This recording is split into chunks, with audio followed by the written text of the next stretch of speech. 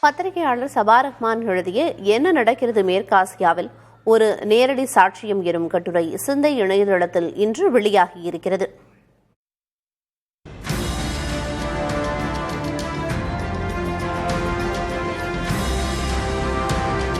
America, Israel மற்றும் Iran இடையிலான போர் தீவிரமடைந்துள்ள நிலையில் மேற்காசிய நாடுகளில் சாமானிய மக்கள் எதிர்கொள்ளும் போர் பீதியை அப்பட்டமாக படம் பிடித்து காட்டுகிறது சபா ரஹ்மான் எழுதிய இந்த கட்டுரை.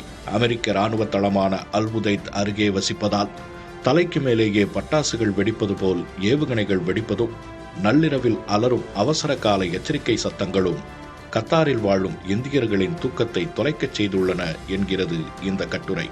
விமான நிலையங்கள் மூடப்பட்டதால் தாயகம் செல்ல முடியாமல் தவிக்கும் வீட்டுப் பணியாளர்கள் முதல் போர் முனையில் சிக்கியுள்ள குழந்தைகள் வரை அனைவரின் வேதனையையும் பதிவு செய்யும் இக்கட்டுரை, போர் என்பது வெறும் அரசியல் விளையாட்டு மட்டுமல்ல, அது பல கோடிக்கணக்கான சாமானியர்களின் வாழ்வாதார போராட்டம் என்பதையும் உரக்கச் சொல்கிறது.